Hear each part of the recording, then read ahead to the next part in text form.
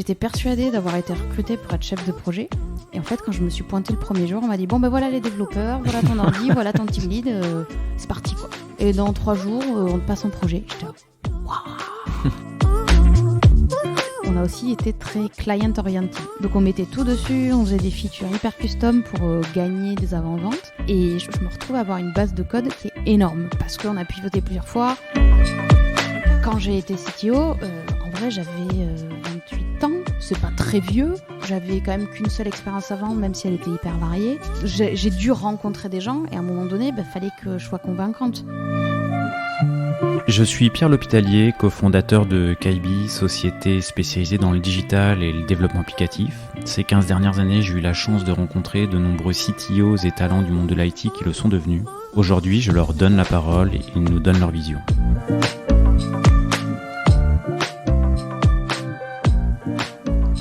Eh bien, aujourd'hui, je suis en compagnie de Marie Terrier, qui est CTO et qui est cofondatrice de la société Yelda. Merci Marie d'être venue jusqu'ici et puis de venir nous faire un petit feedback sur cette expérience Yelda et puis les années d'avant également où il y a eu un peu du mouvement. Tu as voyagé un peu de par le monde, je crois. Alors, merci Pierre de m'avoir invité aujourd'hui. En effet, il y a quelques années, j'ai démarré ma carrière en Inde. Alors, comment ça s'est passé ? J'ai fait des études un peu standard d'ingénieur où j'ai découvert le code, donc sans être vraiment développeuse. Et là, je me suis dit, ok, le code, c'est ça que je veux, mais je veux aussi profiter de ma jeunesse pour partir à l'étranger. Donc, j'ai cherché des VIE, c'était un peu compliqué. Et C'était compliqué de trouver un VIE ? Eh bien, figure-toi qu'ils ne cherchaient pas forcément des développeurs. On va dire que c'était plutôt des postes en gestion de projet. Alors que moi, je voulais vraiment coder. Tu voulais vraiment... Bon, le code, c'était l'objectif, quoi. Objectif 1 et voyager. Ouais, je suis étonné qu'ils cherchaient plus des chefs de projet que... Enfin, voilà, c'est étonnant, quoi. Eh ben, en fait, je pense que la ressource développeur était potentiellement plus simple à trouver localement. D'accord. Alors qu'il devait y avoir un enjeu, tu vois, au niveau du produit. Tu vois, de la personne qui allait transcrire les besoins de l'entreprise. Parce qu'au final, on sait aujourd'hui qu'un développeur, il sera capable, peu importe d'où il vient, il sera capable d'exécuter. Alors que souvent, tu vois, le côté culturel, ça va être porté par la personne qui transcrit le besoin, tu vois. Ok. Et du coup, t'as mis combien de temps à trouver ton VIE ? T'as eu pas eu tant d'offres que ça ou ça a été rapide quand même ? Alors en vrai, je dirais que j'ai cherché peut-être 2 mois.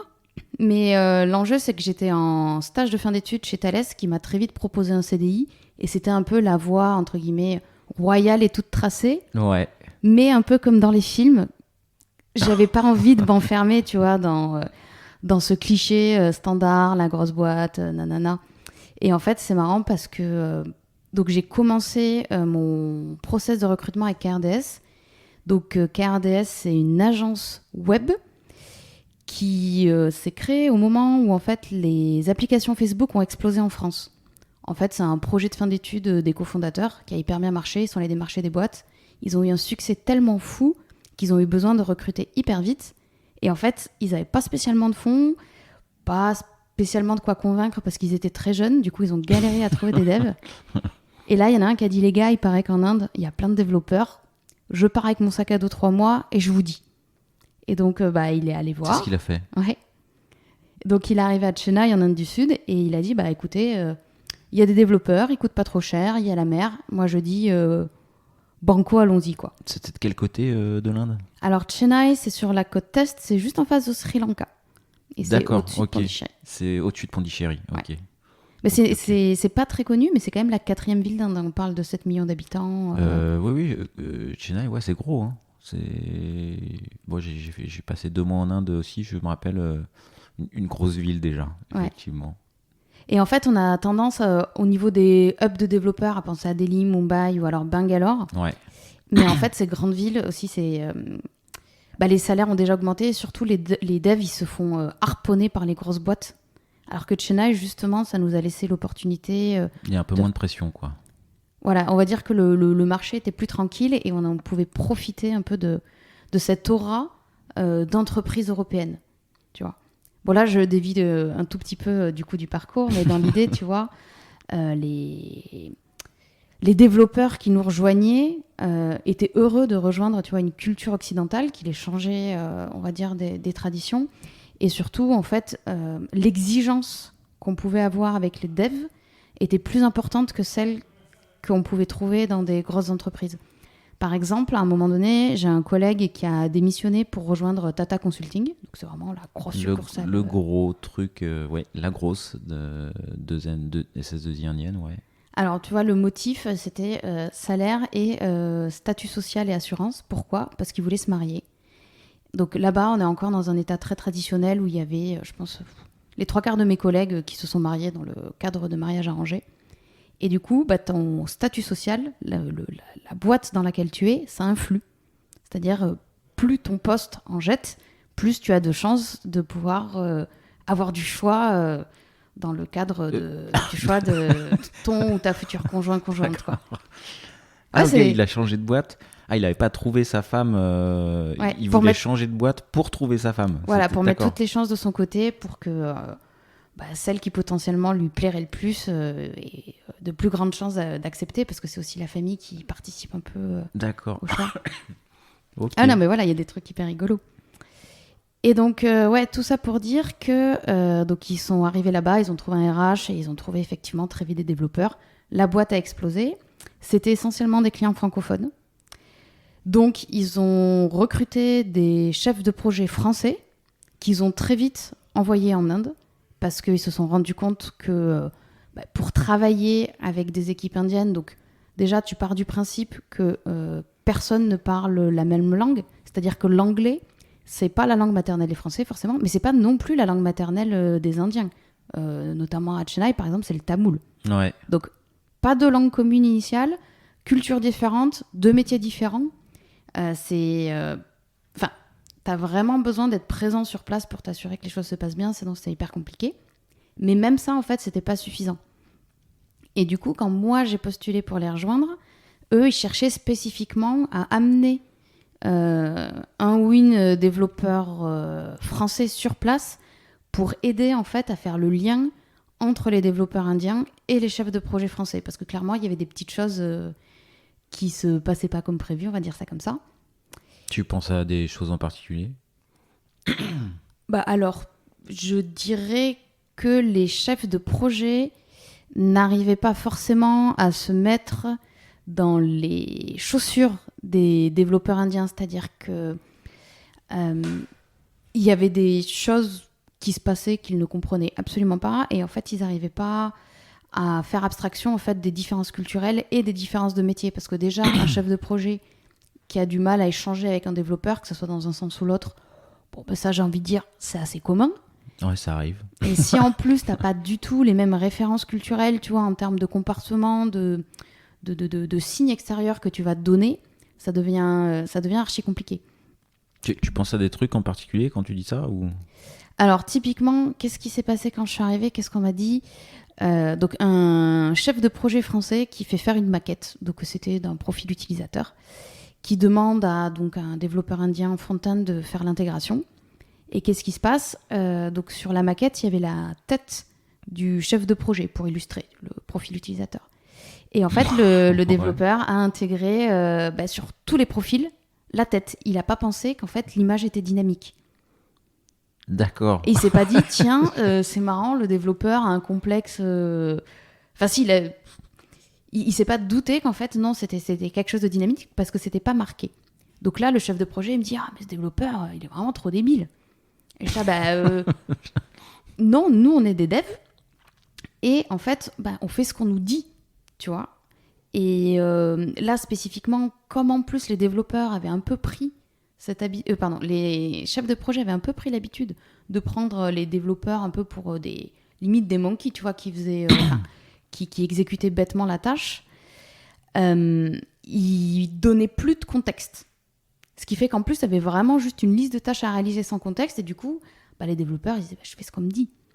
Sans forcément interroger ou poser des questions pour voilà, en fait, préciser, quoi. J'y viens, parce que tu vois, j'ai eu l'occasion justement de poser des questions aux devs, genre pourquoi tu as fait ça comme ça ? Et en fait, donc les développeurs me disaient, parce que c'est ce qu'on m'a dit de faire, et si tu veux, donc Là, c'est un peu mon interprétation à moi. Hein. Je suis pas psy ni spécialiste de l'Inde. Mais ce que j'ai un petit peu remarqué, c'est que globalement, il y a un gros respect de la hiérarchie. Et en fait, quand on te demande de faire un truc, donc c'est assez commun là-bas, quand justement on te donne pas forcément du contexte, etc. Mais justement, la personne qui décide, en fait, généralement, elle a plus d'éléments que toi. Donc si elle a pris une décision, bah, c'est qu'elle avait une bonne raison de le faire. Et c'est respecté sans qu'on pose de questions, quoi. Du coup. Voilà, en fait, c'est pas, c'est juste que bah, il y avait une bonne raison de le faire, on m'a dit de le faire, donc je le fais. Et justement, la remise en question de la hiérarchie, c'est compliqué. Donc ça, je m'en suis rendu compte parce que quand je suis arrivée, donc petite jeune sortie d'école d'ingénieur, on m'avait appris que ma force, ce serait l'esprit critique, comme tout bon ingénieur français. Et donc j'arrive dans une équipe, et en vrai, j'étais une vraie grande débutante en dev. Genre, j'avais appris toute seule un petit peu à faire du PHP avec le site du zéro, mais c'était vraiment léger, on va dire ça comme ça. Donc je découvrais plein de choses, je me posais plein de questions, et lorsqu'on échangeait, donc on avait des petits déjeuners techniques, ça c'était sympa. Il y avait des petites conférences, et puis après on mangeait, on discutait un petit peu du sujet technique, et moi je posais plein de questions, et je disais, mais alors là on a vu ça, dans tel projet j'ai vu qu'on a fait ça, pourquoi est-ce qu'on a fait A et pas B? Et en fait donc le tech lead répondait, on va dire, un peu succinctement. Et j'ai mis quelques semaines à comprendre qu'en fait, donc derrière, on a eu des relations compliquées. Donc au début, j'ai pensé que c'était parce que j'étais étrangère, parce que j'étais jeune, parce que j'étais une femme. Et après, mais ça a été vraiment difficile. Donc j'ai dû en parler à un manager qui lui a parlé et qui m'a expliqué qu'en fait, c'est parce qu'en posant mes questions, tu remettais en cause. Je remettais en cause son autorité. Et j'avais absolument pas compris. Et lui, c'était tellement évident qu'en fait, moi, je faisais preuve de comment on dit, d'insubordination. Non, c'est pas tout à fait ça le mot, mais tu vois ce que je veux dire. Que voilà, c'était tellement évident pour lui que c'était sciemment, parce que culturellement, c'était comme ça qu'il voyait les choses, qu'il a même pas pris la peine en fait de m'expliquer pourquoi derrière il était dur. Donc, tu vois, ça c'était quelque chose de culturel, et donc ce que j'ai pris l'habitude de faire, c'est donc d'accompagner au début les jeunes chefs de projet quand ils faisaient leur briefing aux développeurs. Et donc je leur expliquais, si tu demandes à ton équipe s'ils ont bien compris, tu as 95% de chances qu'ils te disent oui. Parce que ça aussi, culturellement, on va avoir tendance à dire oui, tu vois, pour satisfaire l'autorité. Et après, essayer de se débrouiller si jamais c'était pas clair. Alors ça, pour le coup, c'est un stéréotype culturel. Et c'est pas qu'en Inde, hein, c'est dans plein d'autres pays. Hein. Ouais, mais alors, du coup, c'est un peu cliché, effectivement, en Inde, le oui-oui. Mais tu l'as vécu comme ça, du coup Alors après, je dis Inde, mais tu vois, l'Inde, c'est énorme, c'est genre 27 pays, il n'y a pas la même langue. Et pour moi, c'est comme l'Europe. Tu vois, quand tu dis l'Inde, c'est comme si tu dis les Européens et que tu compares un Finlandais à un Espagnol. Ouais. Ça peut quand même vachement changer. Donc, et puis là, en plus, tu vois, je vais même te dire que c'est à l'échelle de ma boîte, parce qu'au final, le fait d'être en contact avec les Européens, ça changeait probablement beaucoup de choses. Ouais. Et donc, oui, clairement, j'ai vu des collègues dev dire oui, alors qu'ils n'avaient vraiment pas compris. Et tu vois, dans une autre anecdote, donc avec le temps que j'ai passé, moi, j'ai commencé un peu à prendre en charge, on va dire, un certain nombre de choses, et notamment à former des nouveaux. Et je me rappelle avoir fait une formation, par exemple, je parlais de data au lieu de data. Donc ça, c'est un truc que je ne savais pas. En anglais, on dit data. Tu sais, tu dis pas data. Et du coup, on ne comprenait pas. Et ben, ils ont mis 6 mois à me dire qu'en fait, la première fois que j'ai parlé de data, ils ont cru que je parlais d'un nouveau concept informatique. Donc du coup, ils ont quand même raté un gros morceau du message que je voulais faire passer. Donc à ce moment-là, j'avais pas encore compris, tu vois, qu'il fallait autant questionner. Et ils m'ont dit 6 mois plus tard, ouais, on avait. Je dis, mais pourquoi vous l'avez pas dit? Ils se sont dit, on s'est senti, on croyait qu'il nous manquait, tu vois, un élément de base. Tu t'en parlais tellement naturellement. Donc, tu vois, on en est à ce point-là. Tu vois, je parle de data, pendant une formation technique, alors qu'ils viennent d'arriver dans l'entreprise, et ils ont pas osé me dire qu'ils savaient pas ce que c'était. Ouais. Donc, en fait, moi, au-delà de mon rôle de dev, j'ai un peu mis, je pense, de l'huile dans les rouages. Par exemple, donc, en apprenant aux chefs de projet à toujours demander donc à leurs équipes de reformuler. Parce que c'est comme ça. Mais en vrai, ça s'applique à tout le monde. Parce que j'ai fait une petite conf à ce sujet qui s'appelait Namasté Qualité pour Paris Web. Et c'est marrant parce que les feedbacks que j'ai eus, ça a été donc, plein de gens de plein de nationalités qui m'ont dit moi j'ai pareil avec telle autre nationalité. Puis j'ai eu surtout plein de Français qui m'ont dit ouais non mais en fait ça marche partout quoi. Ah oui, nous on a fait ça dans notre entreprise parce qu'on s'est rendu compte qu'entre deux métiers qui étaient relativement différents. Ah bah ouais, ok. Mais bon là c'était vraiment exacerbé si tu veux, à un niveau où ça mettait vraiment en péril le projet quoi, parce que des fois tu pouvais vraiment te retrouver avec un truc archi différent. Et puis surtout un truc qui m'a vachement marqué, c'est que quand t'as pas le même modèle un peu de pensée et d'organisation, toi, tu peux t'exprimer et dire quelque chose qui te paraît clair, net et précis et pas du tout interprétable. Et en fait, si ça l'est. C'est-à-dire que des fois, donc, les développeurs faisaient un truc, on va dire, surprenant. Et les chefs de projet, je disais, mais pourquoi il a fait ça, tu vois? Donc, il posait pas la question, il disait, ben non, c'est pas ça, c'est ça qu'on veut. Et moi, des fois, j'allais voir les devs, je disais, mais pourquoi t'as fait ça? Et là, il me répondait un truc, genre, ça se tenait totalement.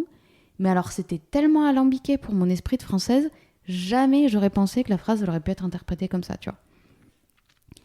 Et alors du coup, toi, tu cherches un poste de dev, tu vas pour un poste de dev. Alors, mais le truc qui est drôle, au final, tu fais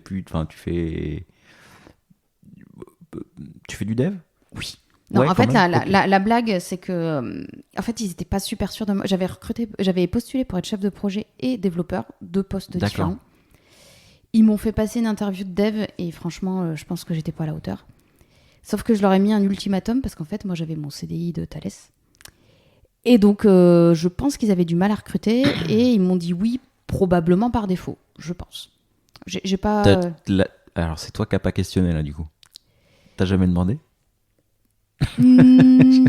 Pas vraiment, parce qu'au final, aujourd'hui, on travaille encore ensemble 12 ans plus tard, donc ça reste un bon choix. C'est un par défaut qui a bien marché, quoi, alors. Ou c'est peut-être même pas... Bah, tu leur demanderas, tiens, Ouais. Pas rester sur des suppositions. Et alors, ce qui est marrant, c'est que comme j'ai bien senti que j'étais pas au niveau d'un point de vue technique, j'étais persuadée d'avoir été recrutée pour être chef de projet. Et en fait, quand je me suis pointée le premier jour, on m'a dit, bon, ben voilà les développeurs, voilà ton ordi, voilà ton team lead, c'est parti, quoi. Et là, le team lead, on l'avait pas spécialement prévenu, donc il m'explique vite comment ça marche, l'organisation, on utilise Git. J'avais jamais utilisé Git de ma vie, moi. Il me dit, bah voilà, là, il y a un wiki, tu lis, et dans 3 jours, on te passe un projet. J'étais là, waouh.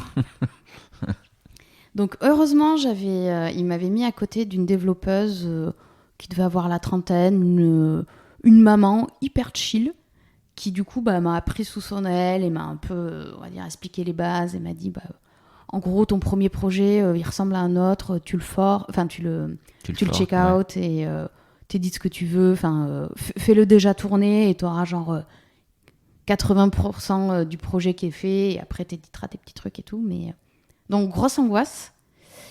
Et en vrai aussi, le truc c'est que les développeurs avaient des horaires indiennes, donc ils faisaient genre du 10h 20h. Mais moi, les chefs donc les seuls français, eux ils étaient calés sur les clients français. Donc en fait, ils faisaient du 13h 23h, un truc comme ça. Et sauf que moi, le soir, c'est particulier ça du coup comme orga, ouais. Le truc, c'est que si t'as un client qui te demande de faire une modif à 16h et que tu dis, non, moi, ma journée est finie, vu qu'on était dans un contexte d'agence, déjà que les agences ont la réputation de bosser un peu trop, autant dire que si à 16h on répondait pas, ils allaient voir ailleurs. Donc les chefs de projet travaillaient tard, et en fait, moi, de 1, je me sentais pas du tout au niveau en tech, j'étais quand même un peu paumée. Et de 2, si je rentrais, je connaissais personne, c'était un nouveau pays. Et les seules personnes que je connaissais travaillaient tard. Donc en fait, je me suis auto-imposé un double shift, si tu veux. Enfin, de toute façon, j'avais rien d'autre à faire, j'avais 22 ans. Ah oui, tu as fait du 10-23, quoi. Ouais. Mais c'était un choix, hein. On m'a rien imposé du tout. C'était vraiment parce que j'aimais bien coder et j'avais globalement rien d'autre à faire. Hein. Parce que de toute façon, tu vois, c'était l'Inde il y a 12 ans, on avait quand même encore des fois des coupures de courant. Enfin, la maison, il y avait toujours un peu des soucis. Franchement, j'étais mieux au boulot. à aller manger avec les autres Français, puis lire, apprendre des trucs, tu vois, avancer sur mes projets tranquillement. Ah, mais t'as bossé. Ah, ouais, c'est grosse. Ouais. Ah, mais je le ferai pas aujourd'hui, hein, c'est parce que j'étais jeune. Hein. Non, j'ai plus l'énergie et j'ai maintenant une vie sociale. Ok. Mais alors, ce qui est rigolo et qui a été intéressant, c'est qu'en fait, en restant le soir, il se trouve que le CTO, donc il y avait 1 ou 2 devs français en France avec lui, mais c'était lui qui était, on va dire, le premier point de contact justement en cas de petits changements, de demandes, de bugs en prod. Et en fait, lui, il avait quand même une boîte...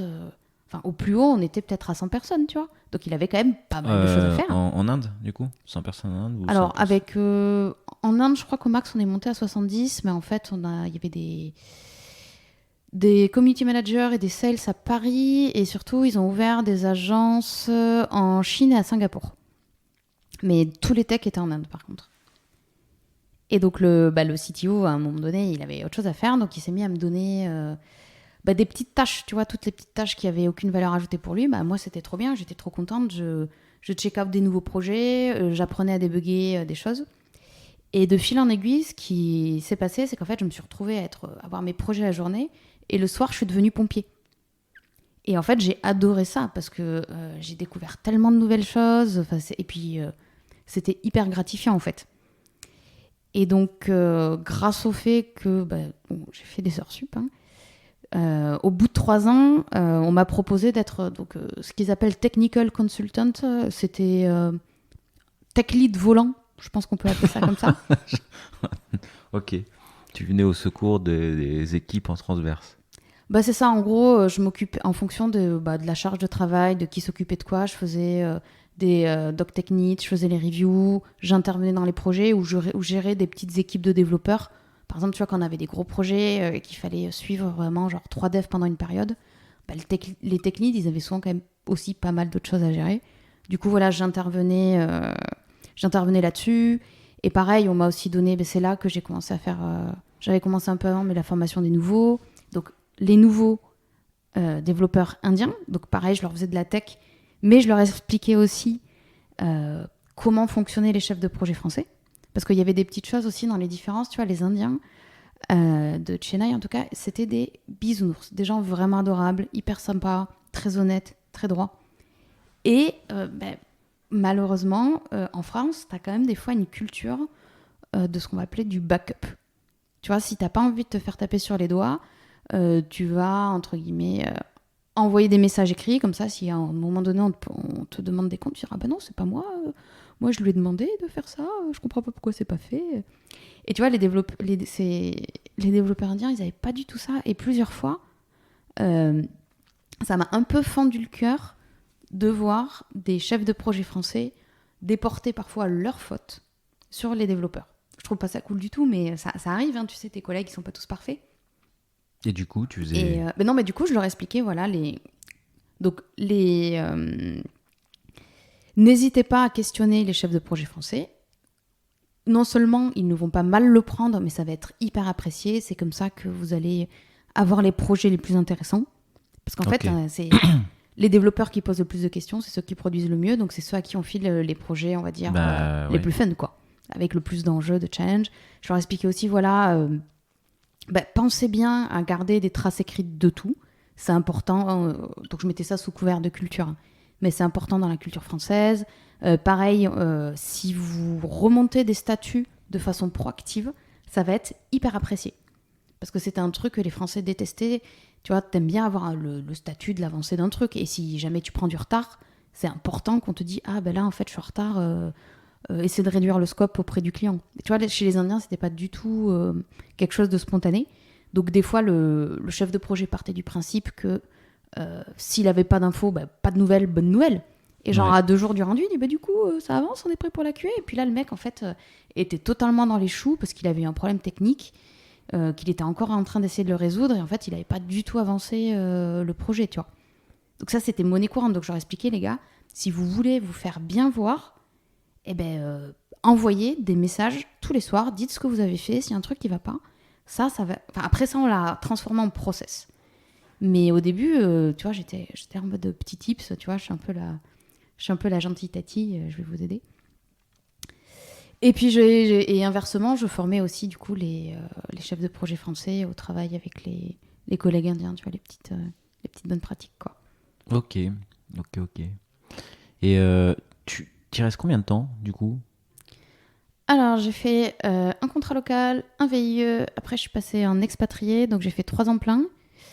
À ce moment-là, j'ai commencé à vouloir rentrer plutôt, on va dire, pour des questions personnelles, c'est-à-dire que j'avais bien profité, on va dire, du pays, mais il y avait un certain nombre... T'avais voyagé quand même un peu? Oui. Au-delà de ces gros horaires, t'as été... Oui, on était en déplacement tous les week-ends. Mais justement, si tu veux, c'est ça, c'est que dans la vie des expatriés, surtout quand tu es plus jeune, c'est-à-dire que les personnes, on va dire, avec des familles ont des vies plus stables, donc c'est plus facile de construire quelque chose. Mais moi, les collègues restaient peu. Tu vois, 3 ans, c'était bien au-delà de la date de péremption standard, si je puis me permettre. Et tu vois, Les gens repartent avant d'habitude? Oui. C'est, on va dire, entre 6 mois et 2 ans. C'était vraiment rare, en tout cas les moins de 30 ans qui restaient plus de, Qui restait... plus de 2 ans. Ouais, toi, t'as fait 5 ans, quoi. 5-6 ans, quoi. Bah, j'ai fait 3 ans plein et après, on a choisi un format sympa qui était que je revenais tous les 2 mois. Je faisais 2 mois, 2 mois, 2 mois, 2 mois. Ah, sympa, ça. Ouais, Ok. bah, c'était calqué sur le visa business parce que tu peux pas rester plus de 2 mois d'affilée. Et bah, moi, je me calais surtout tout ça l'hiver. Mais ouais, je passais la moitié de l'année et ça m'a permis de profiter un peu des deux. Tu vois, d'être auprès des équipes parce que ça restait quand même super important. Et en même temps, d'avoir quelque chose d'un peu plus stable en France aussi, quoi. Et sur tes visites, c'est quoi tes plus beaux souvenirs d'Inde en dehors du taf? Alors, c'était... Donc des fois, j'étais un peu fatiguée de faire des gros horaires. Ouais. Et le matin, je me disais, mais qu'est-ce que je fais là? Et j'allais au travail en scooter. Et il se passait toujours des trucs de malade mental sur la route. Et là, je me disais, mais en fait, c'est pour ça que je suis là. Et tout essence, tu vois, ils te sont sollicités. Donc, t'as vraiment des gens avec des habits de toutes les couleurs qui traversent tout le temps. T'as des vaches, des chiens, des camions, des trucs. Il y avait très souvent des processions religieuses parce que tu sais que là-bas, c'est du multi-théisme Ouais. à son apogée, quoi. Donc, t'avais toujours des événements. Et les gens étaient hyper gentils. Enfin, donc en fait, chaque matin, même si en prenant ma douche, je me disais, mais qu'est-ce que je fais là? Ben, rien que le trajet sur le boulot, je me disais, non, mais je sais Il va pourquoi je suis t'arriver là. un truc, quoi. Tu vas voir un truc. C'est trop cool. Ouais. C'était vraiment un gros émerveillement, quoi. Ok, moi je me rappelle mon arrivée en Inde. J'arrive en Inde et à Mumbai et je veux aller à Goa et j'ai mis 36 heures à trouver la station de bus. J'ai- Pas mal. j'ai j'ai mis 36 heures. Figure-toi que je l'ai trouvé, mais c'était pas la station de bus que je cherchais. C'était pas la gouvernementale. Donc c'était un truc privé. Je me suis retrouvé dans un bus sans vitre, tout cassé. Et quand je suis parti, le bus s'est empalé dans un camion. Ça a généré une course-poursuite dans Mumbai avec un chauffeur de bus qui bénit le bus toutes les 4 heures avec de l'eau. Et là, tu te dis, ouais, Classique. Ouais, il se passe des choses ici. Bah, si tu veux, j'ai une super anecdote que je trouve géniale. Donc, il y a plein de fêtes. Et une de mes préférées, donc je sais plus le nom, mais en gros, c'est la fête des objets. Des objets? Ouais, donc tu remercies tous les objets qui te servent au quotidien. Et donc, il y avait les femmes de ménage, un prêtre qui venait le matin, et même les développeurs le faisaient à leur échelle. Donc en fait, tu remercies tous tes outils. Donc là, il y avait un mec qui venait avec une petite poudre rouge et qui bénissait tous les trucs du bureau, genre la machine à café, les écrans, les souris, les claviers, les unités centrales. Et donc en fait, tu sais, comme le bindi que tu mets sur le front, Ouais. bah, le mec, il mettait il mettait sur une espèce de pâte qui colle, un peu de poudre, et il collait ça sur tous les objets. Et c'était pour remercier tous les objets qui nous aidaient au quotidien. Et il y en a d'autres, des fêtes ou des rituels comme ça un peu atypiques. Moi, je connaissais le festival des couleurs, que j'ai pas fait. Mais le festival des objets, je connaissais pas. Ah bah dans le sud, on a Diwali, c'est la fête des lumières, donc c'est là où il y a beaucoup de feux d'artifice. Ouais. Et c'est vrai que je pense qu'un an sur deux, on avait au moins quelqu'un qui s'était cramé les mains et qui revenait tout bandé parce que les gens, ils achètent des pétards de malade mental et tu les fais partir dans la rue. Alors c'est hyper cool, mais d'un point de vue occidental, c'est super dangereux. C'est vraiment genre Un an sur deux, il y avait quelqu'un qui revenait blessé, quoi. Ouais, parce que bah, tu sais, t'as des énormes pétards, mais des trucs genre, je sais pas, 15 cm de diamètre, les gros. Des Donc, bombes. tu les allumes dans ta rue, et puis des fois, le truc il part pas, le mec se rapproche, elle lui pète dans la main, ou il y a un voisin, bah, le machin s'est cogné à une branche et s'est retombé dessus. Enfin, c'est. Il y a toujours une histoire, quoi. Ouais. Ok. D'autres choses, de moments de vie comme ça que tu as envie de partager? Qu'est-ce que c'est qui est drôle? Alors, parmi les différences culturelles aussi, on avait le rapport à l'alcool. C'est-à-dire que pour nous, c'est normal. Enfin, c'est normal. Si, quand tu as fait des études, ou même ou pas d'ailleurs, enfin, on boit beaucoup en France. Non, mais c'est vrai. C'est commun. Tu vas boire à table le soir et potentiellement, tu vas boire quelques verres après le boulot. Et au début, quand tu es jeune, tu cherches tes limites, on va dire ça comme ça, mais à un moment donné, tu les connais et après, c'est juste. Enfin, c'est modéré. Sauf qu'en fait, là-bas, l'alcool, c'est pas du tout quelque chose de commun. Et nous, les Français, on est arrivés, on a importé ça. Le fait de boire de l'alcool. Donc, les fois, on a commencé un peu à Je me rappelle plus, du côté de Chennai, c'est autorisé ou c'est interdit? C'est autorisé, mais en fait, la vente est régulée dans des wine shops. Donc, c'est des magasins fermés qui... pardon, pas fermés, mais... en gros, tu as des vendeurs derrière des grilles. Donc, vraiment un grillage, hein. Donc les personnes tentent des billets, tu dis ce que tu veux, on te rend une bouteille et globalement, y a quand même beaucoup d'alcooliques. Moi, j'y suis allée une fois avec des amis indiens qui voulaient pas que j'y aille. J'y suis allée quand même. Après, j'y suis pas revenue parce que c'était quand même pas un peu dangereux pour une fille, je dirais. Donc c'était souvent des garçons enfin c'était tout le temps des garçons et souvent des Indiens qui allaient pour nous. Ouais. Et donc nous, quand on a commencé, donc on trouvait quand même des moyens d'avoir de l'alcool. Qu'on a picolé. Eh ben oui, c'était trop rigolo parce que du coup, pour certains des collègues, en fait, ils avaient jamais, enfin, ils nous ont vu boire. Et puis surtout, moi, je fais 1m53, j'avais 23 ans, enfin, je suis pas hyper impressionnante. Donc du coup, ceux qui savaient pas et qui se sont calés sur mon débit, quand t'as jamais bu de ta vie, t'es très vite quand même sous.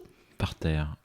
Et ben c'est exactement ça. En plus, on l'avait fait au bureau, c'était un mode genre pot de départ. Enfin, le truc, zéro enjeu, zéro chance qu'il y ait quelqu'un qui se pochetronne, tu vois, c'était vraiment tranquille. Tout le monde avait prévu de repartir, potentiellement en scooter, au pire, et des rickshaws, tu vois. Et là, les gars, en fait, ils se sont mis une cuite, mais monstrueuse. Genre, ils ont fini par vomir et tout. Et ben, au final, on a aménagé des trucs dans les bureaux. Et ils sont restés dormir au bureau. Et il y en a un, genre, pendant des années, il m'a dit « Oh là là, Marie... le jour où j'ai vomi, j'étais vraiment trop content que tu me tiennes la main, que tu me dises ça va passer, que tu me donnes un verre d'eau. Ouais, je te jure. Et le mec, genre, il était plus vieux que moi, il avait 30 ans, tu vois. Mais il s'était jamais mis... Enfin, il avait jamais trop bu, quoi. Ok, c'est rigolo. C'est rigolo. Ça me fait penser... Allez, tiens, je partage aussi un truc, c'est pas trop habituel, mais je me suis un peu baladé en Inde, et puis il y a des États où c'est interdit. Ouais. Tout à fait, du coup, il me semble que c'est dans le Kerala, à Kochi, donc Inde du Sud, mais de l'autre côté, que c'est interdit. Et on savait pas que c'était interdit. On demande une bière. Et le type, oui, un specialty. Je dis, non, une bière. Oui, un specialty. Et le type m'a ramené ma bière m'a ramené une théière. J'ai dit, qu'est-ce qu'il fait? J'ai pas du tout demandé ça. Et il y avait ma Kingfisher probablement dans la théière, quoi. C'est rigolo. Ouais, où il y a une fois, on s'est fait virer d'un bar parce qu'on jouait aux cartes, genre on faisait une bataille, et en fait c'est interdit les jeux. Parce que les jeux en général, ça peut devenir des jeux d'argent. Les jeux de cartes, c'était des jeux d'argent. Ah ouais? D'accord, ok. Ça dépend des États, ouais. Je sais plus lequel c'était, mais... Bon, c'est plein de belles histoires, là, voilà. dans tous les cas. On a un peu dérapé. Ouais, et alors du coup...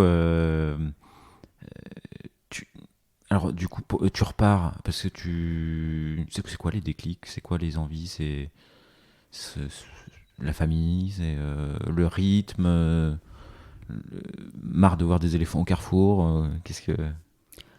Un peu de ça, on va dire que... Enfin, voilà, envie d'autre chose, mais j'étais quand même très attachée et j'arrivais pas à dire au revoir. Du coup, quand j'ai échangé avec les associés à ce sujet, ils m'ont dit, écoute, nous, en vrai, on t'a formé. Aujourd'hui, justement, on te propose ce poste un peu de technical consultant qui quand même me plaisait beaucoup. Donc ils m'ont dit, écoute, nous on a déjà l'habitude d'envoyer régulièrement les développeurs français en Inde. Toi, si tu veux, on te propose le même format, mais plus intensif. J'ai dit, banco. Donc ça a quand même duré 3 ans, ce format-là. Ce format intermédiaire, ouais. Et donc j'ai décidé, on va dire, d'arrêter au bout de 3 ans, parce que c'est vrai que ce type de rythme de vie, au début, on a l'impression d'être partout, et à la fin, on a l'impression d'être nulle part. Parce que personne ne sait jamais quand je suis là. C'était un peu compliqué à gérer. Et ça arrivait à un moment, en fait, où donc le business initial de KRDS, qui était les apps Facebook, s'est effondré. Genre, je sais plus en quelle année c'était, peut-être 2016-2017 par là. Donc d'habitude, il y avait toujours un creux l'été. Ouais. Donc c'est normal, tout le monde était en vacances. Et ça reprenait toujours à fond en septembre. Et là, cette année-là, genre, ça reprend pas. Il n'y a pas de demande d'application Facebook.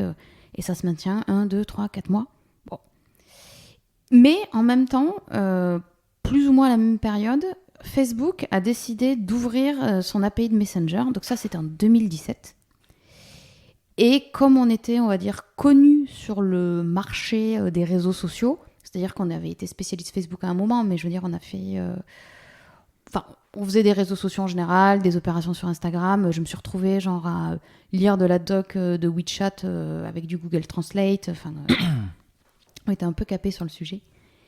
Et donc on a reçu beaucoup en fait de devis pour faire des chatbots Messenger. Moi à ce moment-là, j'avais aussi un peu fait le tour de ce que je pouvais tirer et apporter, je pense, dans ce poste de technical consultant au sein de KRDS. Tu vois, j'avais un peu apporté tout ce que j'avais à apporter avec mon regard et j'en avais retiré pas mal de choses. Et donc là, ils m'ont dit, écoute, si tu veux, on va un peu changer ton poste. Là, les chatbots, c'est quelque chose qui est nouveau. Enfin, c'est pas hyper compliqué, mais c'est quand même nouveau, tu vois. Enfin, on va un peu créer une sorte de framework interne pour pouvoir reproduire ça. Il y a des bonnes pratiques conversationnelles, comment designer tout ça. Si tu veux, en fait, on va te nommer un peu directrice de ce petit pôle, tu vois, du sujet des chatbots. Et c'est toi qui prendras en entrant tous les sujets de chatbots. Tu prendras les devs que tu veux dans ton équipe. Tu bosseras avec les chefs de projet et tu vas faire un peu mini CTO, mais sans te poser les mêmes questions que le CTO, tu vois. Genre, je faisais pas de l'infra et tout. Donc, on commence à faire ça. En vrai, je kiffe. Genre... c'est marrant. Pour le coup, il y a plusieurs choses que j'aime bien dans la vie, mais ça fait partie des trucs où ça m'a vraiment fait marrer de faire ça. De commencer à faire des conversations, parce que, en fait, les gens qui utilisent ça, tu vois, genre, ils s'amusent. Enfin, surtout au début, les chatbots des marques sur Messenger, c'était n'importe quoi, c'était des jeux. Enfin, fallait prévoir plein de choses. Les clients, ils s'attendaient aussi à tout et n'importe quoi, tu vois. Il y en avait qui s'attendaient à ce qu'on leur fasse un truc vraiment intelligent comme dans les films. Enfin, c'était... Ah ouais, c'était hyper rigolo, tu vois, les échanges de vulgarisation où tu devais habilement un peu casser les ardeurs des clients qui imaginaient des trucs de fou, quoi. Parallèlement à ça aussi, Ah non, ça on peut pas faire, monsieur. Comment ça, il peut pas deviner tout seul la réponse? Et parallèlement aussi à ça, ce qui s'est passé, c'est que le CTO de la boîte a commencé doucement à vouloir partir pour des raisons personnelles. Donc en fait, donc on était 2 à ce moment-là technical consultants. Donc il y avait aussi un Allemand qui lui était plutôt basé à Singapour et faisait comme moi des allers-retours en Inde pour le marché asiatique. Et 2 tech leads sur place, et en fait, il nous a, entre guillemets, fait une sorte de passation sur des sujets un peu plus gestion de boîte, gestion des serveurs, etc. C'était quand même un peu old school à l'époque, ce qu'on avait... on avait des serveurs à gérer sur OVH, c'était des trucs... moi, c'était quand même assez loin du dev, hein, tu vois. Ouais. Et puis, à un moment donné, il a dit, les gars, je pars en voyage en Nouvelle-Zélande, je serai dispo une demi-journée par semaine. Sinon, débrouillez-vous. Ah ouais. Après, alors à ce moment-là, l'autre technical consultant était, on va dire, présagé pour devenir CTO derrière. Mais les associés attendaient un petit peu avant de s'engager, parce que tu vois, c'est quand même un poste important. Et donc là, j'ai un peu mieux découvert, on va dire, l'envers du décor, parce qu'on a géré à 4 collégialement, on va dire, l'envers du décor technique, on a pris des décisions un peu structurantes, on a mis en place des nouvelles choses. Donc là, ça a, entre guillemets, rassasié justement, tu vois, mon envie de renouveau que j'avais eue quand j'étais rentrée. Et donc à ce moment-là, les associés, de leur côté, donc en voyant tous ces appels d'offres de chatbot, se sont dit ça nous rappelle un truc. Nous qui avons créé une boîte au moment où les apps Facebook sont sortis. Tu vois, des petites tendances business. Et en fait, quand ils ont créé cette agence, je pense que s'ils avaient un regret aujourd'hui, ça serait d'avoir fait du tailor-made pour plein de grands comptes au lieu d'avoir développé un produit SaaS. Ok. Parce qu'en plus, à ce moment-là aussi, parmi les concurrents principaux qu'on avait, tu avais des générateurs d'app Facebook qui avaient fait... parce que tu avais plein de trucs, c'était... entre guillemets, c'était un peu nul, tu vois, c'était des quiz, des petits jeux. Ça, nous, on les codait genre en 2 jours, tu vois, on forquait des trucs. Mais quand tu as un générateur, c'est encore plus rapide. Et puis surtout, tu n'as pas à échanger avec ton client, il le plotte tout seul, tu vois, son image de header. Donc à ce moment-là, on a commencé à échanger. Ils m'ont dit, nous, on aimerait bien automatiser cette histoire de chatbot. Mais les chatbots, c'est pas assez différenciant, tu vois, parce qu'aujourd'hui, il y avait quand même déjà pas mal de boîtes qui avaient commencé à faire des chatbots avant que ce soit sur Messenger, donc sur des sites web, etc. Et il se trouve que d'un point de vue market aussi, ce qui est arrivé à ce moment-là, ça a été l'arrivée de Google Assistant et Alexa aux US, les enceintes connectées. Et donc là, on s'est dit, voilà, et on a appris que ça allait arriver en France. Et surtout, eux, ils faisaient un marketing de malade mental pour que les développeurs, un peu comme, tu vois, au début d'iOS et d'Android, en fait, fassent des applications dans l'écosystème Google Assistant et Alexa. Donc avec le boom qu'on a vu aux US, le boom des chatbots, on s'est dit, voilà, là, on va... Il y a un truc, là. Ouais, il y a un truc, et cette fois, on va pas faire la même erreur, on va faire un produit. Et là, ils m'ont dit, Marie, du coup, est-ce que ça te dirait d'être CTO ? Donc ça, c'était en 2017-2018. La chance qu'on a eue à cette époque, c'est que comme ils avaient déjà monté une boîte qui fonctionnait bien, en fait, ils avaient déjà des personnes qui avaient confiance en eux, donc notamment des business angels qui en fait ont mis de la trésor sur le concept. Donc moi, ils m'ont proposé d'être associé avec eux ou de commencer en étant la première employée. Et dans la mesure où j'avais, pour ainsi dire, une seule expérience, c'était avec eux. J'avais vraiment vécu dans un autre monde. La technologie en Inde, c'était pas la Startup Nation, quoi. Donc j'avais aucune idée de là où je mettais les pieds. J'avais quand même un peu envie de sécurité après c'est toutes ces années quand même qui étaient très folkloriques, on va dire ça comme ça. Ouais. Donc je leur ai dit, écoutez, voilà, je préfère être la première salariée, mais par contre, je suis vraiment chaude pour être CTO et cofonder tout ça. Donc c'est comme ça que... C'est pas commun comme... a posteriori, quelques années plus tard,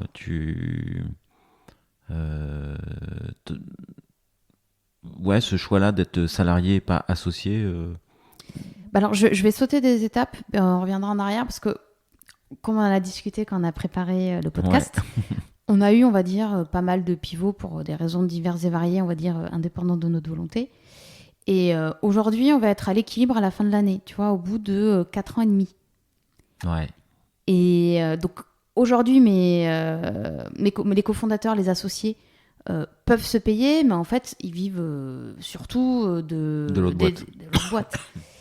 Et même, tu vois, si je suis encore là aujourd'hui, c'est que j'ai la foi sur le fait que on continue à grandir, il y a encore des challenges et tout ça, mais je pense que aujourd'hui, je vois des amis CTO qui potentiellement font du freelance à côté, ce qui leur fait quand même des semaines lourdes, tu vois.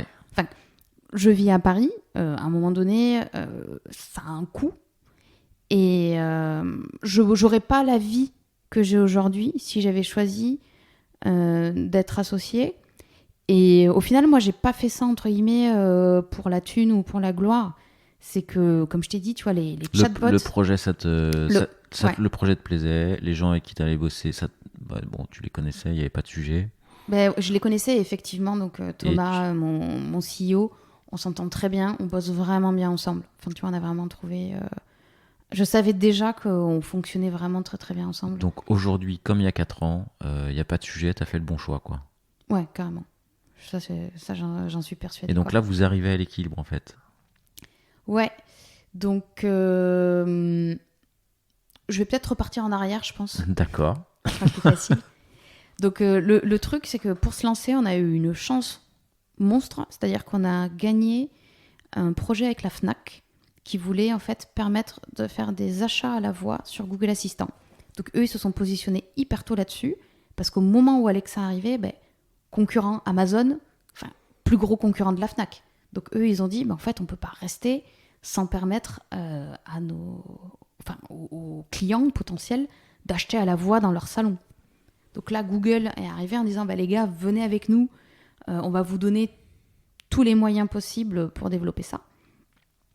Et en fait, nous, donc il y a eu un appel d'offres et nous, on s'est positionné en disant, écoutez, donc on a fait la start-up. En vrai, on a un peu bullshité, on a dit, oui, on a déjà un outil tout prêt. Donc en vrai, c'est mon CEO qui a fait des super belles maquettes qui n'étaient pas du tout commencées, évidemment.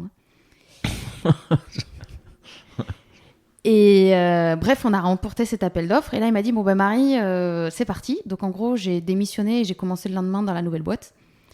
Et c'est parti très vite. En fait, on a dû... C'est parti sur ce 7 AO, quoi. Ouais. Une fois qu'il était remporté, il fallait délivrer, quoi. Exactement. Et en fait, ça a été très marrant. Donc il y avait le côté, on va dire, back-office, qui est le produit qu'on vend. Et il y avait aussi le fait de déployer une action sur Google Assistant. Donc c'était quand même nouveau. Et en fait, ce qui était spécial, c'était la première fois aussi, donc en France, qu'on faisait de l'achat à la voix. Donc ça avait un tout petit peu démarré aux US, mais genre les tutos, il n'y avait pas de tutos hors ceux de Google à l'époque. Tu vois, il n'y a personne qui avait fait trop de retour d'expérience. C'était buggé de ouf. Et en fait, je débuguais en direct avec les équipes de Google. Genre,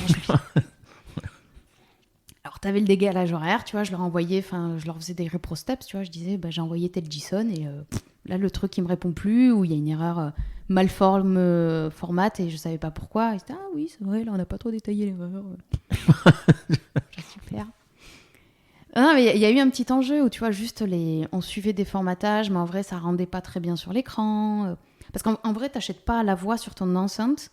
Il y a un moment donné où, en fait, l'enceinte rend la main à ton téléphone. Donc en fait, tu fais tout ton parcours d'achat, de découverte à la voix. Ouais. Et au moment de payer, en gros, on va dire, il y a un compte Google qui est associé à cette enceinte. On va lui envoyer une notification. Si tu appuies sur la notification, tu arrives donc dans l'interface de Google Assistant sur ton téléphone, ou de iOS d'ailleurs, ça marchait ça, si tu avais installé l'app. Et en gros, il fallait que tu appuies vraiment, que tu t'authentifies et que tu valides le paiement sur ton téléphone. En gros, tes enfants, ils pouvaient pas s'amuser à commander une PlayStation à la voix. D'ailleurs, on pouvait pas acheter des produits. Heureusement. Tu pouvais pas acheter des produits à plus de 79 €. C'était la limite, ok. Et bref, tout ça pour dire que ça nous a lancé direct et que ça nous a donné un super cas d'usage. Parce que mine de rien, la Fnac, c'est quand même une jolie marque française. Et puis on a... ça nous a fait une jolie pub. Ah c'est une sacrée ref. Hein. Donc on était chaud patate. Et en fait, là, plus rien. Donc mes associés vont en rendez-vous client. Il y a plein de gens qui sont hyper curieux. Donc à ce moment-là, on surfe vraiment, tu sais, sur le côté... oui, on est innovant. Enfin, tu vois, c'est des trucs de grandes marques qui ont besoin de montrer qu'ils font des trucs dans l'innovation. Mais c'est tellement nouveau que globalement, le retour, c'est on reviendra l'année prochaine. Parce qu'en vrai, là, est-ce qu'on a vraiment besoin d'être sur Google Assistant Pas vraiment. On verra avec le budget de l'an prochain, mais on est chaud. Sauf qu'en fait, les Français ont acheté des Google Assistant ou des Alexa, ou on leur a offert, parce qu'on se rappelle un peu des super packages d'Alexa qui refilaient des Alexa gratuits dans tous les sens. Mais par contre, le taux d'adoption a été vraiment mauvais, c'est-à-dire que les gens s'en servent pour la musique, un minuteur, quelle météo il fait. Et dans les faits, ils n'utilisaient pas les applications qu'il y avait. Par exemple, la Fnac, aujourd'hui, je ne sais pas si je devrais dire ça, mais on a... de toute façon, ils le savent. Les conversations qu'on a, il y a eu vraiment très peu d'achats qui sont faits à la voix. Et une majorité des utilisateurs qu'on a eu, c'est Google Assistant qui s'est trompé quand la personne disait OK Google, il comprenait parler à la Fnac et en fait c'était autre chose, c'est quelqu'un qui voulait un morceau de musique qui ressemblait. Donc quand on regardait les conversations a posteriori, on voyait oui, non, ça c'est pas un utilisateur. D'accord, ok. Ouais, donc là c'est un peu la déception parce que Le marché était pas mûr, quoi. Bah non. Donc parce qu'en plus on avait donc construit quand même un produit, un vrai produit où tu pouvais consulter tes conversations, entraîner tes intents au niveau du machine learning, éditer tes textes, un vrai outil, tu vois, conçu, donc un générateur d'applications Google Assistant et Alexa. Parce qu'en plus, très rapide, j'ai continué à travailler, à partir du moment où j'ai fait la structure, j'ai un dev indien qu'on a payé de l'agence pour bosser avec moi. Et j'ai pris tout de suite aussi une alternante qui est encore avec nous 4 ans plus tard.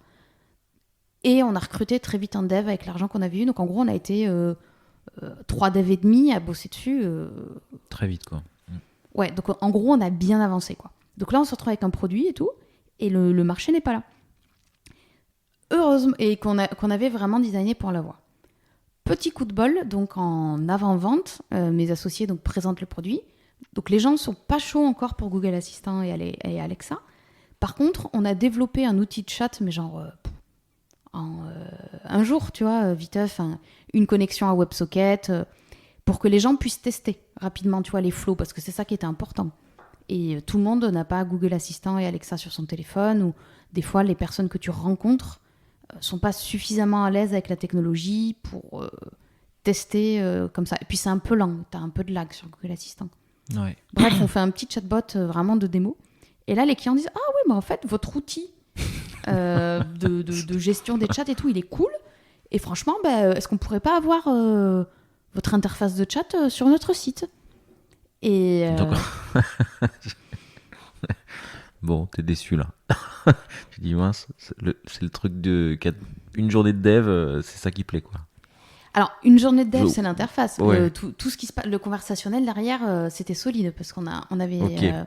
En fait, on était parti donc sur de la voix. Nous, notre plus-value, notre différenciant, c'était de la voix. Donc, qu'est-ce que ça veut dire ? Ça veut dire que déjà, on n'a pas fait d'arbre de conversation, ce qui est quand même le truc hyper standard. Tu as plein de concurrents où en gros, tu mets des petites boîtes et tu mets des flèches entre les boîtes et l'utilisateur avance dans l'arbre de conversation. Et donc, le truc, c'est t'es bloqué, t'es hyper dirigé. En fait, c'est comme un site web, à un moment donné. C'était quoi votre solution, si vous n'avez pas choisi ça ? Ouais, j'y viens. Non, mais je pose les bonnes questions, alors, du coup. Yeah. Ouais, donc dans l'idée, si tu veux, un site web, à un moment donné, l'utilisateur, il peut que cliquer sur des boutons. Genre, si le bouton, il est pas là, à moins que ce soit un hacker qui connaisse tes API, il va pas faire tout seul un call curl vers ton backend, tu vois. Les chatbots, c'est pareil. À un moment donné, si on force qu'avec des boutons, ouais. Eh ben, l'utilisateur, il peut pas sortir du flow. Sauf qu'en fait, à la voix, il peut se passer tout et n'importe quoi. C'est-à-dire que tu dis, donc on va repartir sur la Fnac, OK Google, je cherche le dernier livre d'Amélie Nothomb, et tu peux avoir derrière ton ado qui crie maman, ils sont où les chips, tu vois. Sauf que Google Assistant, il entend et maman, où sont les chips. Donc en fait, il faut être capable de traiter des choses qu'on comprend pas et de reprendre ou de comprendre et de reprendre la conversation toujours. Tu vois, donc faut être capable de. C'est un peu comme du, tu sais, le Cow Monkey Engineering, tu vois. Vocalement, il peut se passer n'importe quoi et on doit être capable de gérer n'importe quoi. Donc on perd pas la face et on agrémente un peu notre interface en disant qu'on fait des sites web voice enabled, c'est-à-dire qu'on garde l'input texte, on met aussi un petit microphone, donc en fait on permet aux gens de parler. Alors de façon surprenante, on s'y attendait pas, mais sur mobile, on avait bien du 20% d'utilisateurs qui utilisaient le petit micro. Donc je pense que c'était déjà rentré dans les mœurs de pouvoir utiliser le micro sur les téléphones, tu sais, genre pour faire des recherches Google et tout. Ouais. Donc ça marchait bien. Le téléphone pouvait aussi, donc la réponse du chat était lue avec du speech to text, du text to speech, pardon, à voix haute. Et en fait, nous, ce qu'on a vendu tout de suite, c'était pas du coup des chatbots de clics, c'était vraiment des chatbots auxquels tu pouvais demander n'importe quoi. Et donc ça a bien marché, mais ça a mis un peu de temps. Donc c'est là où tout à l'heure on parlait... Ah oui, donc du coup la solution qu'on a fait, oui, c'est... On a choisi d'avoir juste plein de petites actions, c'est comme des mini-flows, que tu vas vachement paramétrer. Donc nous, en fait, à chaque fois qu'on intègre des nouveaux clients, on va fonctionner un peu en industrie, par exemple, je sais pas moi, l'industrie des pharmacies, l'industrie des mairies, l'industrie des hôtels. On va déjà préparer, on va dire, des actions qu'on qualifie de master, si tu veux, qui après peuvent être reprises et customisées à l'échelle d'un assistant. Et on a développé en interne, en fait, une sorte d'algorithme conversationnel.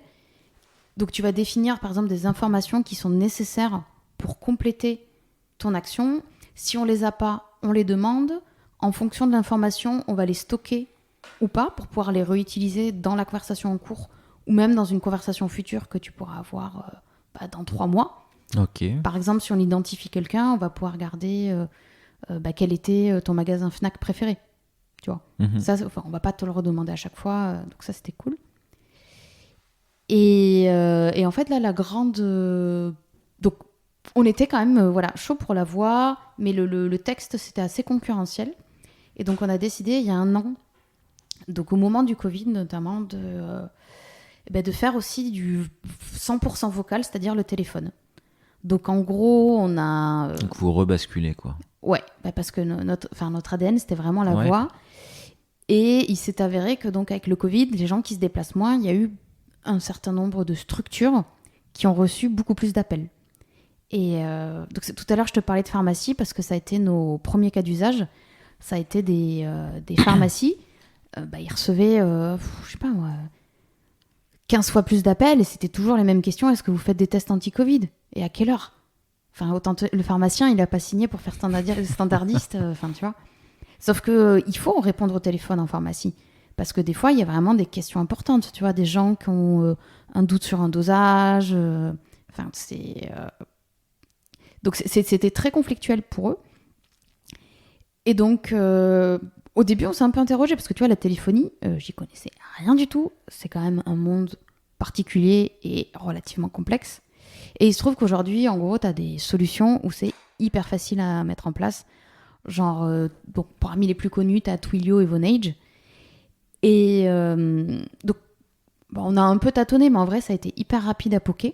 Donc, on s'est rendu compte qu'on pouvait faire des chatbots au téléphone. Donc, si tu veux que je t'explique, en gros, on utilise des WebSockets. Donc, tu achètes un numéro. Quand quelqu'un appelle ce numéro, tu as un stream qui est créé, qui en fait est envoyé chez toi sur une URL que tu as prédéfinie.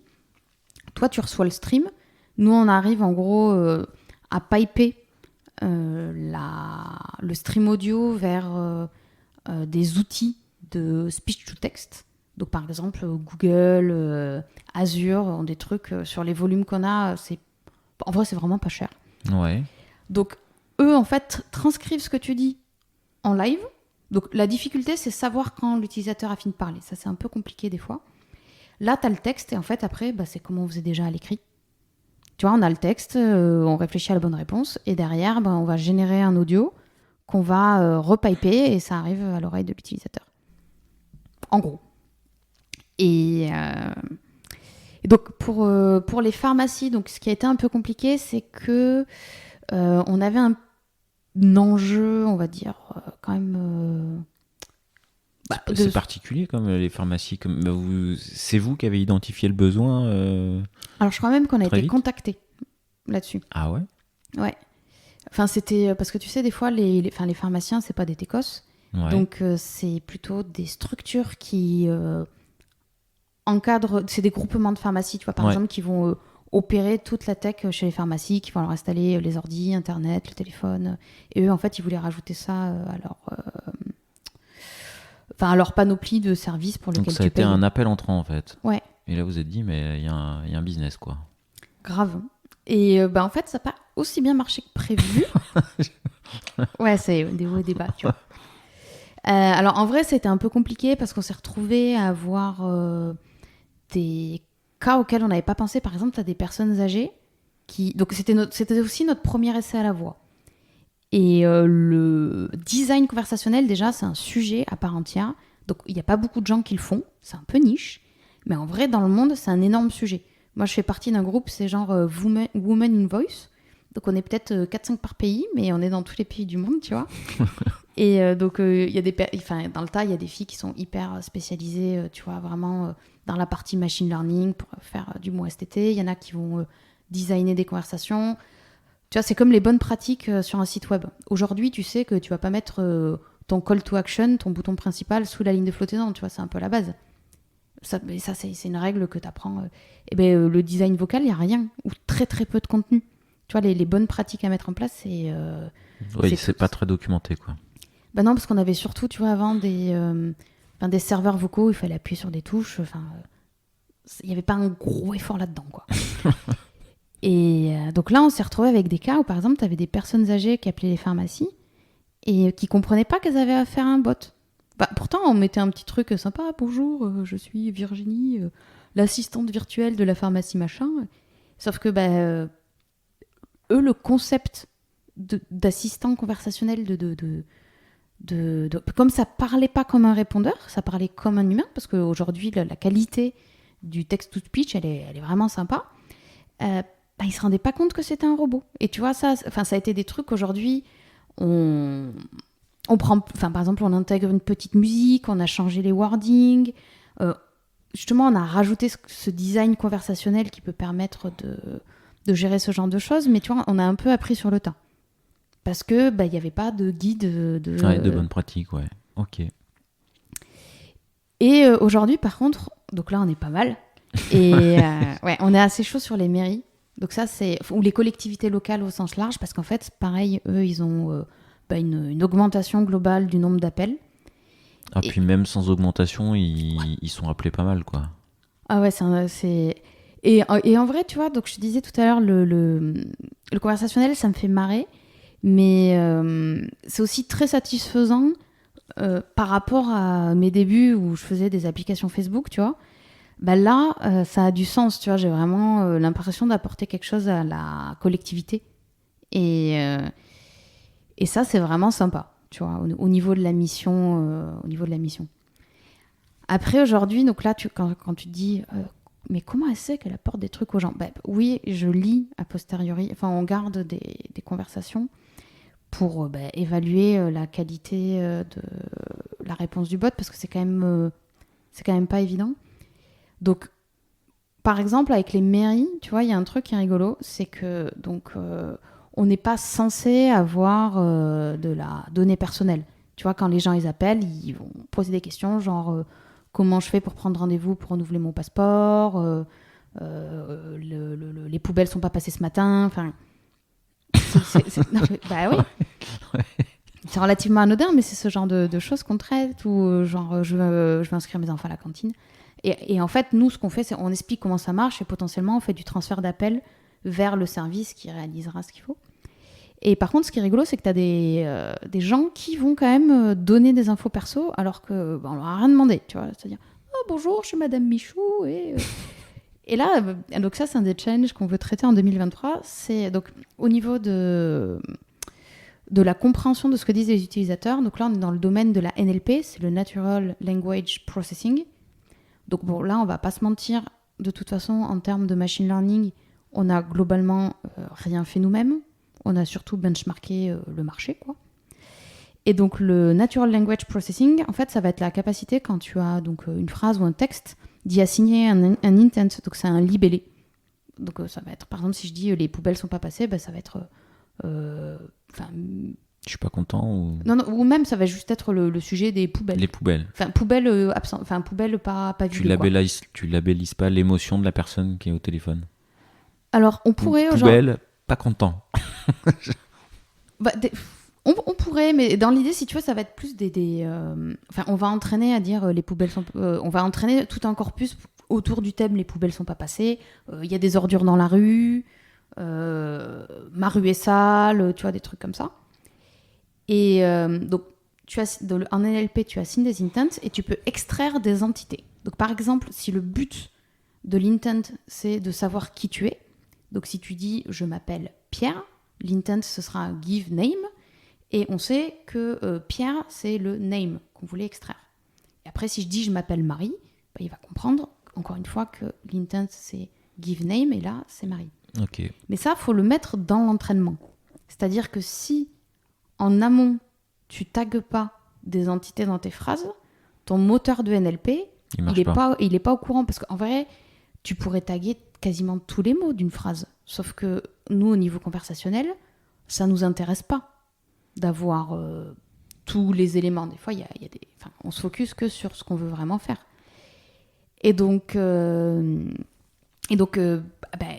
fois que l'utilisateur s'est exprimé et qu'on n'a pas détecté, on se retrouve des fois avec des données perso dans les conversations. Donc, c'est le sujet RGPD et tout. Et normalement, oui, on se retrouve avec de la donnée qui permet d'identifier quelqu'un.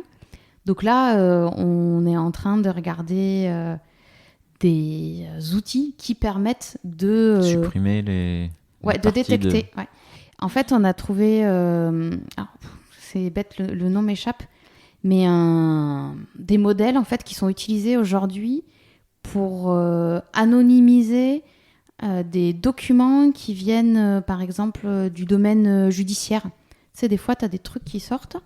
Et avant, donc c'était, même j'ai envie de te dire encore aujourd'hui, c'était des vrais gens qui biffaient les données perso dans des rapports qui derrière étaient publiés au grand public. Et donc à un moment donné, il y a des gens qui ont dit, bon, c'est quand même un peu abrutissant comme métier, ce serait bien qu'on puisse l'automatiser. Et donc les personnes qui ont fait des recherches là-dessus ont publié leur modèle et ça marchait pas mal. Donc ça, c'est un truc qu'on aimerait bien mettre en place. Donc là, du coup, vous avez lancé la boîte sur une idée, vous étiez en avance sur votre temps, vous avez pivoté, vous êtes revenu en arrière et vous avez retrouvé un marché un peu différent. Et maintenant, c'est l'équilibre, quoi. Maintenant, il faut développer, quoi. C'est ça. Alors, c'est la vie de la start-up. Tu vois, par exemple, on a quelqu'un qui s'occupe des sales que depuis cet été. Parce qu'en fait, on a fait, si tu veux, une petite levée l'été dernier. Donc, c'est à peu près 270 cas, un truc comme ça, plus un abonnement BPI. Donc, ça a servi, en fait, à avoir un runway bien stable et à être sûr de pouvoir payer les salaires de tous les techs pour un moment. Mais le deal avec les business angels, c'était on prendra un sales, parce qu'un sales, ça a un coût quand même, que quand on aura une hypothèse business qui est solide. Parce que, en vrai, on avait quand même été chaudés plusieurs fois. Donc, il fallait vraiment qu'il y ait des appels d'offres, des vrais clients qui signent et tout. Donc là, pour le coup, les collectivités locales, on en a signé plein. Et on a vraiment quelqu'un qui nous a rejoint il y a quelques mois. Et aujourd'hui, pour moi, l'enjeu... Donc ça, je pense qu'en termes de podcast de CTO, c'est intéressant. Ce que j'imaginais quand on a monté cette boîte, parce que je me suis un peu quand même renseignée sur les startups, on est très vite arrivé à Station F, j'ai échangé avec d'autres CTO, j'ai commencé à rejoindre un peu des communautés de CTO. Au début, tu poques, tu vois, tu fais un truc. Alors, il y a toujours des trade-offs à faire entre le quick and dirty, ce qui va être stable. Tu sais que tu vas jeter du code, mais des fois, tu sais que tu vas te trimballer du vieux code pendant 10 ans dans ta code base. Bon, voilà. Tu fais tes choix, tu avances. Le but, c'est vraiment que le business... il puisse valider l'hypothèse pour que la boîte est vive, tu vois. Et derrière, quand ça marche, en gros, tu recrutes des devs et tu clean up tout ça. Sauf que moi, vu qu'on a pivoté plein de fois, même si j'ai une force de frappe de développeur, alors en plus, il se trouve qu'en l'occurrence, moi, j'ai un petit problème, c'est que il y en a 2 dans le tas, c'est moi qui les ai formés, donc ça se passe super bien. Mais en fait, c'est des copies conformes de moi. Donc, en termes d'innovation, des fois, ou de challenge technologique, on pense tous pareil. Donc, tu vois, j'ai fait des erreurs de design au début. Donc maintenant, quand il y en a un qui va arriver, tu vas justement chercher la contradiction, tu vas chercher le regard extérieur, le cahier d'étonnement, ou tu vas chercher de nouvelles personnes qui pensent un peu comme toi. En fait, en l'occurrence, donc j'en ai 2 avec moi depuis le début. Et on va dire le 3e, on a des gens qui sont restés avec nous plusieurs fois 1 an. Et avec qui ça s'est hyper bien passé, mais qui ont évoluer pour des raisons ouais. diverses et variées. Enfin, dans le monde de la start-up, ça reste assez commun, tu vois. Et oui, si, c'était vachement bien. À chaque fois, tu vois, ça a apporté beaucoup de choses. Mais ce qui s'est passé, c'est par exemple, au début, j'ai fait des erreurs de design. Enfin, ça arrive. Et surtout, notamment par rapport au fait que on a, dans les pivots, on a aussi été très client-oriented. Tu vois, à chaque fois qu'on tentait une nouvelle industrie, on se disait, bah, cette industrie, genre, c'est la prochaine, tu vois. Donc, on mettait tout dessus, on faisait des features hyper custom pour gagner des avant-ventes. Et je me retrouve à avoir une base de code qui est énorme. Enfin, parce qu'on a pivoté plusieurs fois, j'essaie de clean up au fur et à mesure, mais j'ai quand même un peu les impératifs de mon CEO qui me dit, ouais, mais... Il dit, en plus, il est très tech, hein. Genre, je sais pas si tu connais Commit Strip, la BD. Ça me parle, ouais. Bah, c'est l'auteur, donc tu vois, il est quand même... D'accord. Ouais, Ok. gros hasard. Mais sinon, lisez Commit Strip, c'est drôle. Au passage. Donc, ouais, il comprend vraiment ce que je dis, mais si tu veux, c'est toujours cette histoire de trade-off, de compromis que tu fais avec ton associé. Donc, on en a fait beaucoup. Et moi, j'ai vraiment hâte de cette stabilité de produit, parce que, en fait, j'ai plein de chantiers techniques en attente. Et donc, moi, j'ai qu'une envie, c'est que... C'est de les relancer, quoi. Mais Voilà. depuis là où ils étaient, quoi. Bah, parce que, tu vois, il y a des features, genre... ça va pas péter, mais il y a des trucs qu'on n'a pas fini. Parce qu'en l'état, c'est bien, mais il y a personne d'autre qui les a redemandés. Donc, à un moment donné, si personne se manifeste d'ici un an, bah, soit on enlève tout, soit on finit, mais... Enfin, moi, j'ai un backlog énorme, tu vois. Donc, moi, j'attends qu'on stabilise le truc. Là, on prend un autre senior et bim, tu vois, genre, on lance les tronçonneuses et, tu vois, on renforce tout ça, tu vois. On clean up ce qui est à cleaner, on refait les trucs que je veux refaire. Enfin, c'est... mais j'ai besoin, moi, qu'on atteigne cette stabilité parce que sinon, on est encore très business-oriented et j'arrive pas à avoir des fenêtres pour lancer des grands chantiers, tu vois. C'est le prochain step. Ouais, et j'ai hâte. Ok. Tu reviendras nous parler de ces prochains steps dans un an ou deux? Oh bah grave, avec plaisir. Eh ben écoute, ça marche. On prend rendez-vous. Et, et peut-être avant de se quitter, j'ai quelques petites dernières questions. Est-ce que tu as un proverbe que tes collègues depuis 10 ans entendent de temps à autre, qui t'accompagne? Alors, je sais pas si ce serait mes collègues, mais en tout cas, c'est un collègue qui me l'a dit. C'est donc quand on m'a proposé ce poste de technical consultant, je me sentais pas du tout au niveau. Et donc là, il m'a dit, bah, Marie, tu me fais confiance? Et j'ai dit, bah ouais. Il m'a dit, bah, si moi, je te dis que je te donne en toute conscience ce poste, c'est que je crois en toi. J'étais, ah ouais, mais bon, quand même, je me sens un peu une fraude, enfin, classique, syndrome de l'imposteur, tout ça. Et là, il me dit, bah, en vrai, moi, je m'en fous. Et si tu le sens pas, en fait, il m'a envoyé un lien vers une vidéo YouTube qui s'appelle Fake It Until You Make It. Et donc, c'est une femme sur scène qui explique qu'en gros, dans la vie, il y a des opportunités vraiment intéressantes. Et franchement, ce serait vraiment trop dommage de pas les prendre simplement parce qu'on se sent pas à la hauteur.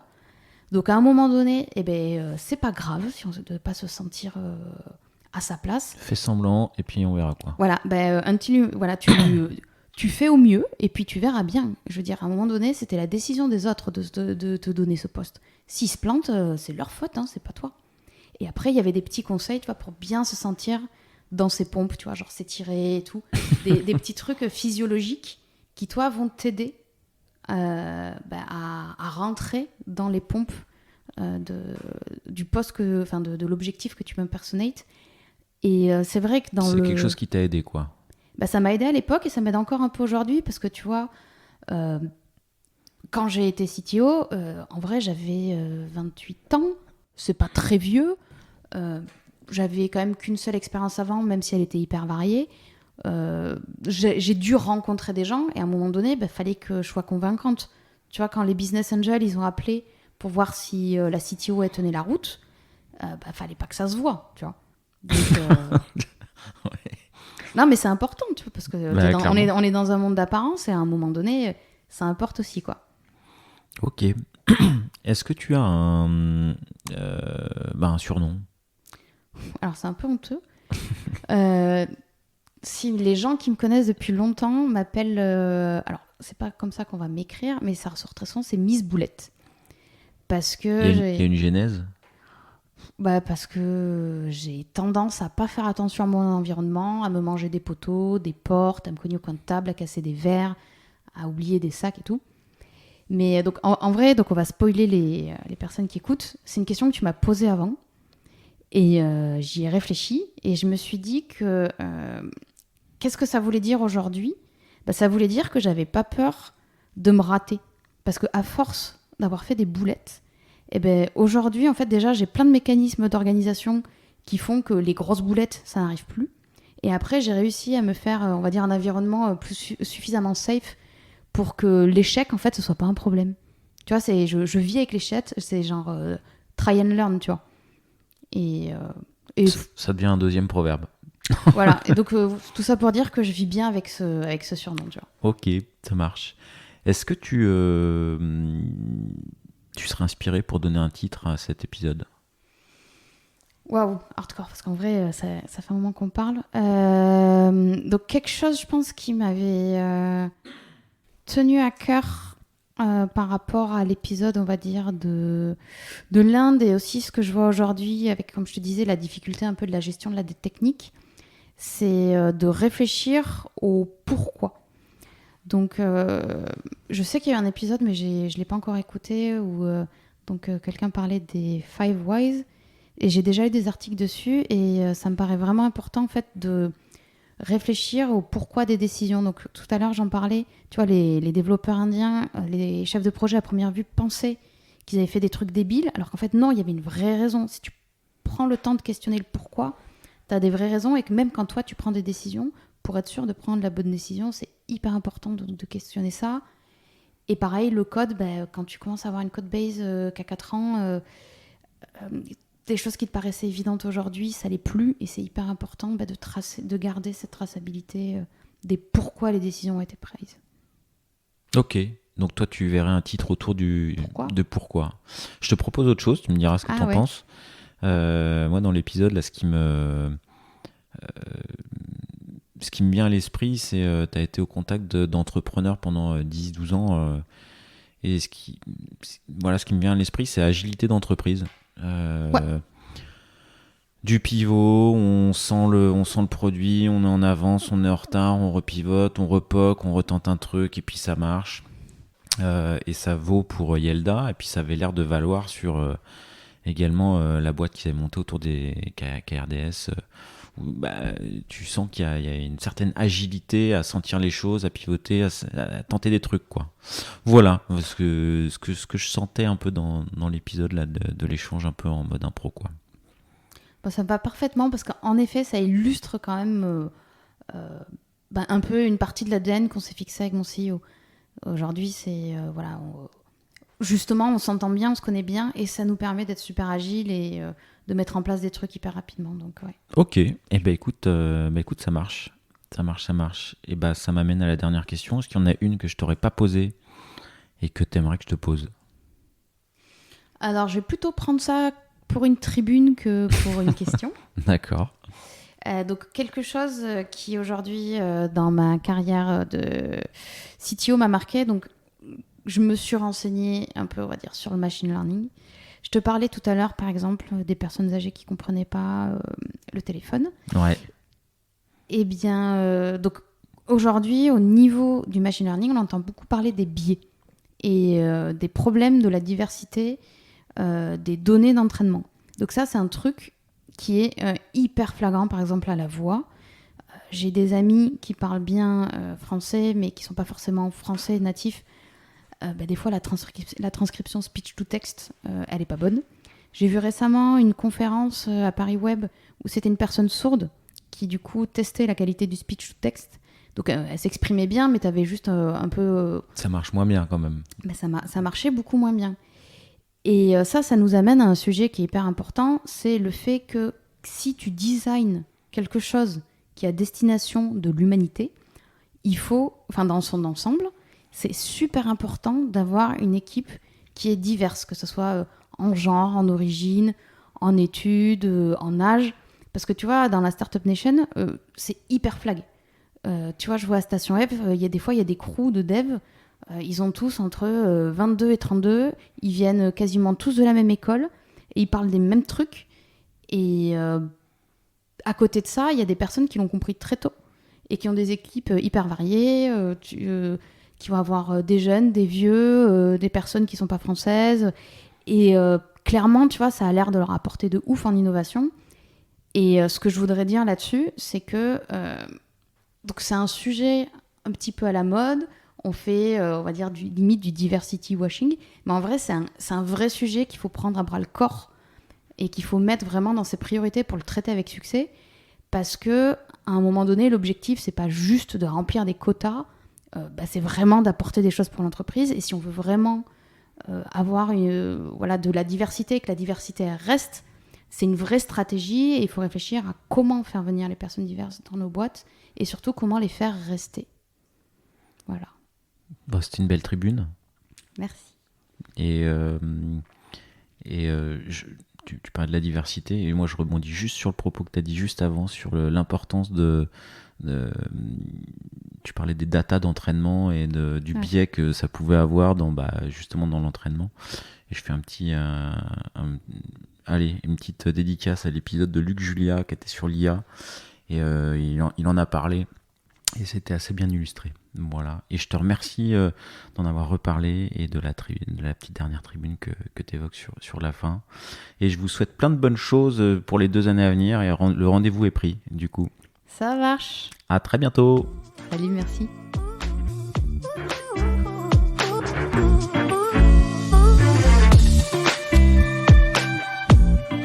L'épisode est terminé, j'espère qu'il vous a plu et si c'est le cas, c'est le moment de prendre 2 ou 3 secondes de plus pour 2 ou 3 clics. Un petit clic pour un pouce bleu ou un petit clic pour un partage aux copains ou un petit clic pour vous abonner et ne pas rater le prochain épisode. À très bientôt.